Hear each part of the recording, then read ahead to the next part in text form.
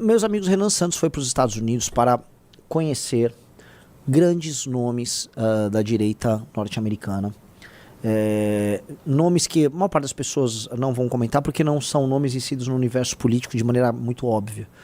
Então, quem sabe, sabe. Eu não posso abrir ainda, mas quem sabe, sabe e está muito feliz.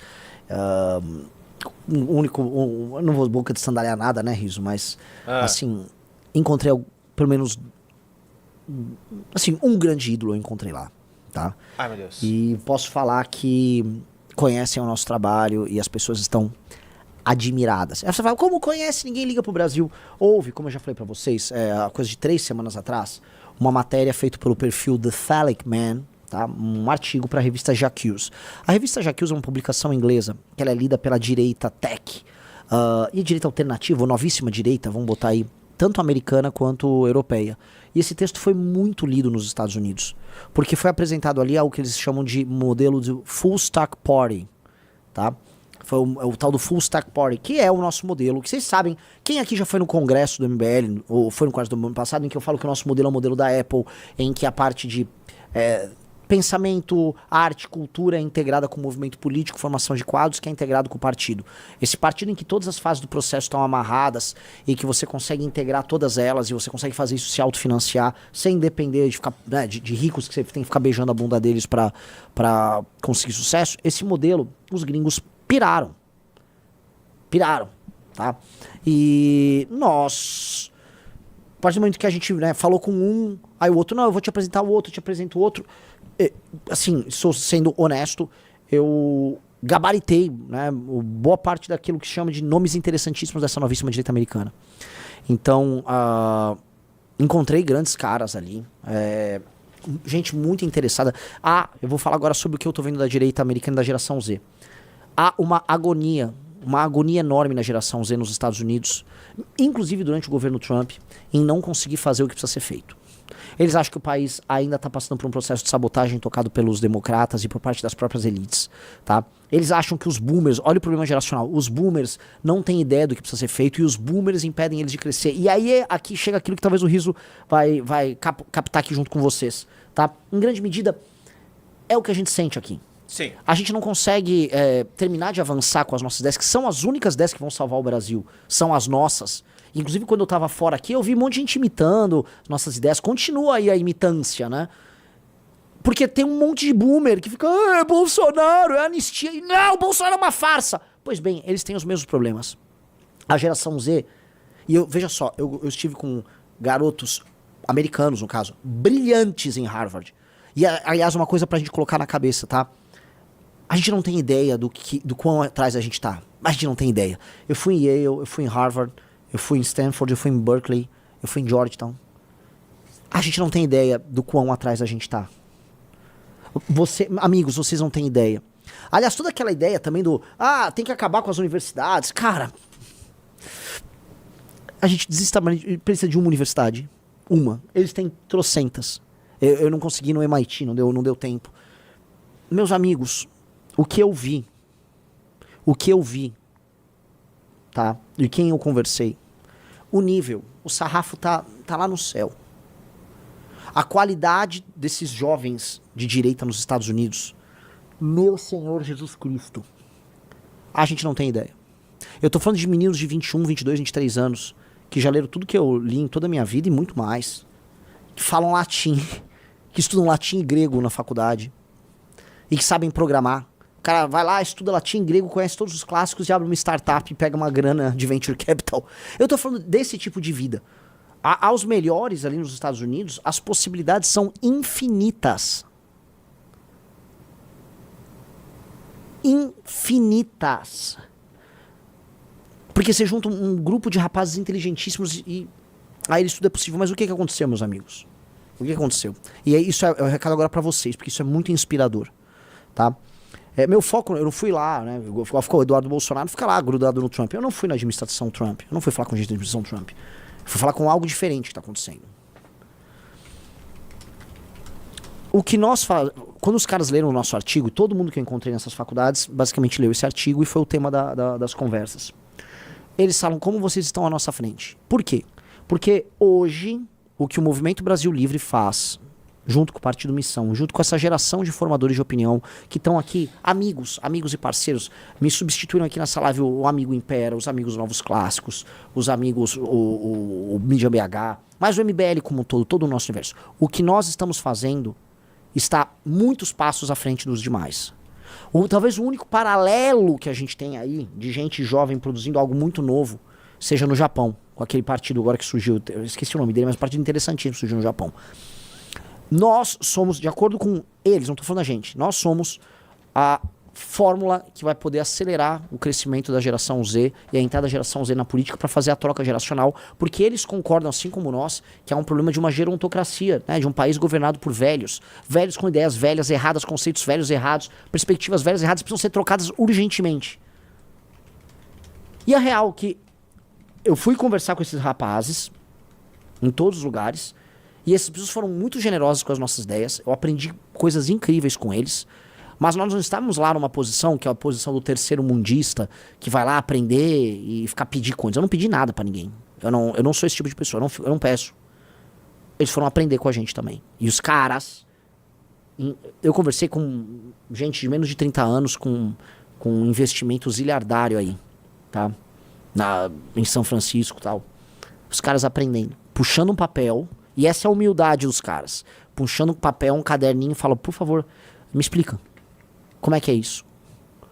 Pô. Isso, né? Porque a gente é muito criticado aqui no Brasil. Até, às vezes, assim, entre amigos, a gente é criticado pela nossa estratégia. Até membros do MBL, às vezes a gente que é eleita não gosta da estratégia, né? A gente tem que acreditar no que a gente tá fazendo, galera. A gente tem que acreditar, definitivamente a gente tem que acreditar no que a gente tá fazendo, porque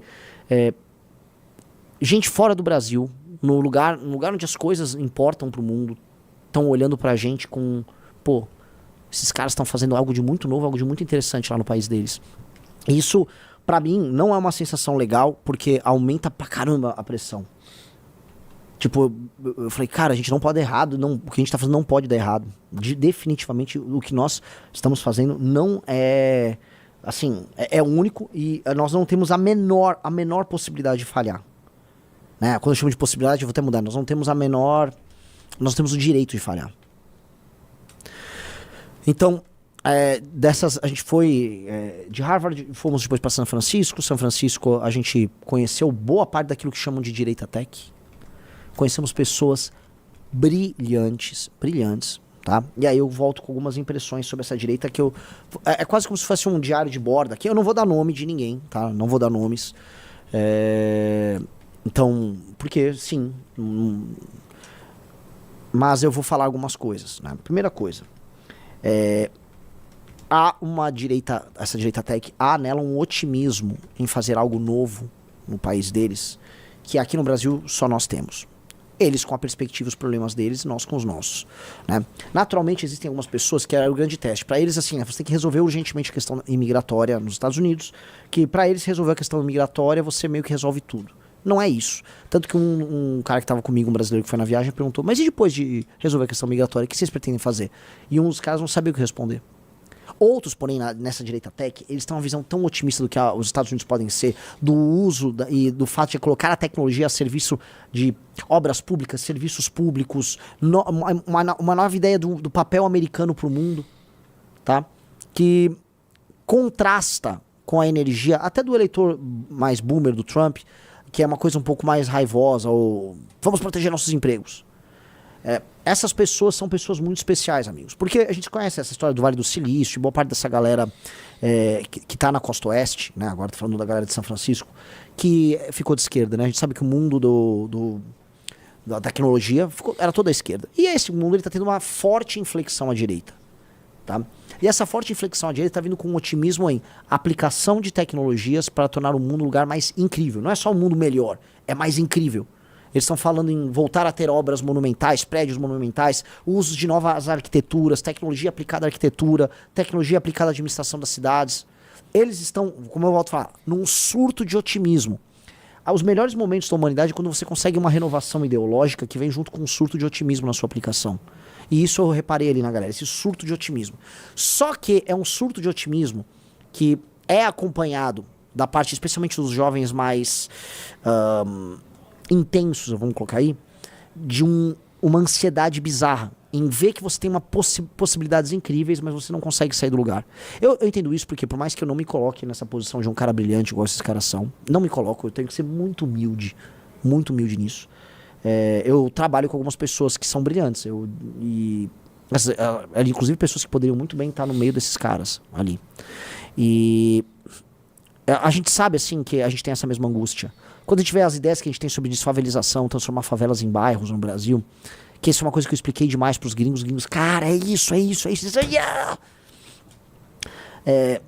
Vem um desespero em saber, cara, as pessoas não estão prontas pra votar nisso. As pessoas não querem votar nisso. As pessoas querem discutir besteira, né? Querem discutir travesti de um lado, ou anistia do outro. Isso não é um assunto. Isso não é um assunto, definitivamente. Pô, não é um assunto. E eles ficam com essa agonia. Tipo, pô, a América pode ser muito maior e a gente aqui, só com esses papos de boomer. Mesma coisa aqui a gente. Então, é um misto de auto-otimismo com uma agonia e um desespero em não ter meios de ação. E aí o nosso papel pra eles, porque isso foi muito legal, foi falar, calma aí. A gente tá procurando, a gente tá descobrindo um caminho aqui. Aí os caras, eu tô concorrendo a presidente, eu vim do nada, apareci em pesquisas com 2%, 3%. É que eu já tinha tava voltando pro Brasil. Isso é uma pesquisa que eu tô com 9 em Manaus, no cenário com o Tarcísio. E no cenário que tá com um monte de candidato de direita, eu tô na frente do Zema e do Caiado, ambos governadores. Sendo eu próprio do movimento falido, do grupo falido. Eles, tô falando de gente inteligente. Eles, cara, qual é o breakdown aí da pesquisa? Você vai bem, homens, jovens... Assim, é justamente daí que escala. E eu, sim. Então, o otimismo é gigante. Quando eu mostrei o trabalho do Kim pros caras, os caras, meu Deus, existe um cara... Quem é este Kim? Quem é este guy? Aí quando eu mostrei... Vai no Instagram da Amanda, a foto da Amanda que prendeu matou. Quando eu contei, eles falaram assim, mas qual é o... Né, pro Trump tem o Make America Great Again. Pro Obama era Change. Qual é o seu motto, né? Qual é o seu slogan? Aí eu falei, Arrest and Kill. Que é prendeu matou. Ela disse, oi? Aí você duvida? Aí eu botei essa foto da Amanda.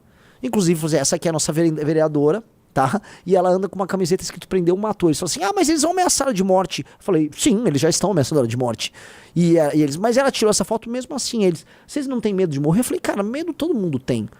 Agora, morrer é uma inevitabilidade. E ainda tem um ponto, se você morrer lutando pelo que você acredita, foi uma morte maior do que uma vida bem vivida. Então, dane-se, né? E os caras, puta que pariu. Aí você começa a ver que, pô, o que a gente tá fazendo aqui, não é que os caras se importam com o Brasil, entendeu? Os caras se importam com a América. Eles ligam pro país deles, tá? Essa coisa que a gente fica aqui no Brasil de bandeirinha do Brasil, dos Estados Unidos, de Israel, é coisa de cuck, é coisa de, né? É coisa de loser, é coisa de bundão, sacou? Eles ligam pro país deles, eles estão preocupados com o país deles. Um dos rapazes que eu conversei, né? Ele falou, sabe, Renan, qual a minha preocupação com o meu país?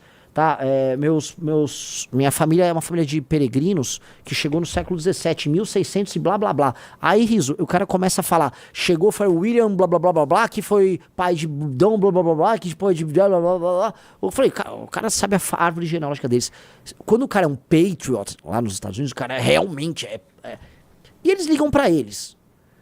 Quem fica botando essa bagaça de bandeirinha somos nós que somos ridículos nisso. Eu falei, eu falei assim, eu também, cara, vocês são meus aliados, mas eu tô preocupado com o meu país, eu quero que o meu país tenha uma bomba atômica e o seu país em um momento não vai querer que eu tenha uma bomba atômica. Mas até a gente discutir isso, nós podemos ser aliados e tal. Eles querem ouvir isso, eles não querem ver você viva Israel, viva a América, botando bandeira no meio. Quando eu mostrei pra essa galera que no 7 de setembro botaram uma bandeira americana na frente do MASP, os caras ficaram indignados. Eles ficaram indignados. Eles falaram assim, nossa, isso é a coisa mais eles chamam de conservative, que eles já viram. Eles ficaram porque é humilhante, é ridículo. E, cara, o que eles admiram na gente não é assim, estamos torcendo aí por você, pelo Brasil, não. Vocês estão fazendo algo incrível pelo país de vocês e nós podemos ter uma boa parceria e nos ajudarmos nisso. E esse é o ponto. Esse é o ponto. Esse é o ponto. E eles estão dispostos, que é assim que tem que ser, a conversar entre iguais. E é isso que tem que ser. E aí sim, com base nisso, a gente conversou como iguais, sabendo que nós temos um baita trabalho sendo feito, com pessoas que estão dispostas a construir algo. Então, muitas dessas pessoas virão ao nosso festival. Olha, bota aqui. Então, muitas estarão no nosso festival, tá? Então, esse vai ser o mais internacional dos nossos congressos, esse festival desse ano. Muitos querem vir no Brasil aprender o que está sendo feito aqui. E preparem-se para a construção de algo muito legal que extrapola as fronteiras do Brasil, tá? Então você que coletou a assinatura do partido, você que faz cortes nas nossas lives, você que divulga nosso conteúdo, você que é um jovem líder que está na Academia MBL, você que é um cara que já vai ser um candidato, você que é um cara que trabalha no nosso gabinete, ou você é um cara que coordena eventos no nosso núcleo, saiba que todo o trabalho de vocês eu apresentei para esses caras, com o maior orgulho do mundo. E eles falaram, sabe o quê? Ninguém faz isso. Juntar todas essas pontas numa coisa só, ninguém faz isso. Ah, vocês misturaram um pouco de Turning Point com um pouco, sei lá, do Claremont Institute. A gente misturou um monte de coisa. Eu falei, como não tinha ninguém fazendo nada no Brasil, a gente foi lá e fez tudo. Como ninguém fazia nada, nós fizemos tudo. E os caras falaram, puta que pariu.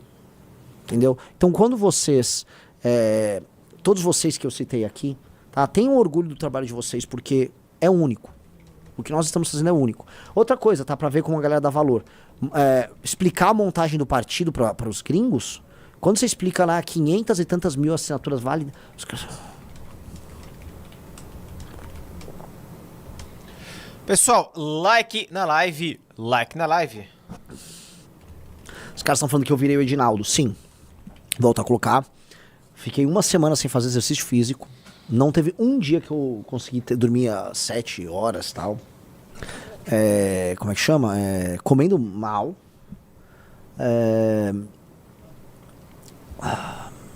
Com um fuso horário, que ainda fui pra Costa Leste, Costa Oeste. E ainda tô virado, né? Que eu voltei, o meu avião pousou no Brasil 3 da manhã. Ele fez escala no Panamá. Então eu fiquei basicamente em trânsito aí quase 24 horas. Então eu tô, mano, grogueta, tô inchado, tá fogo. Então, pera, eu vou assim, ao longo da semana, eu prometo que eu desedinaldizo, tá? O Tecnoligarquia Paulus disse, we're getting gringo attention, you're blackpilling. Não, por favor, não é pra ninguém blackpillar. Inclusive, não vou citar aqui, numa das reuniões que a gente teve com eles, a gente participou de uma espécie de uma reunião interna de um grupo, e os caras estavam completamente blackpillados, e eu fui lá e fiz um discurso pros caras, né? Contei a nossa história. E a galera, porra, não dá pra blackpillar. Não dá pra blackpillar num cenário desses. Não dá pra ficar... Então, eu voltei muito energizado. Sabendo que, assim, nosso projeto é uma das coisas mais interessantes acontecendo na direita mundial. Tá? Definitivamente o movimento de jovens, não me incluo aqui como jovem, mas a maior parte das pessoas são jovens no movimento, é a coisa mais interessante, o movimento de jovem do mundo, na direita, tranquilamente. E nós temos uma obrigação, agora eu vou colocar. Nós temos que ganhar a eleição de 2026. Curtiu o vídeo? Então já deixa o like, se inscreve e compartilha para receber mais vídeos como este. Até a próxima!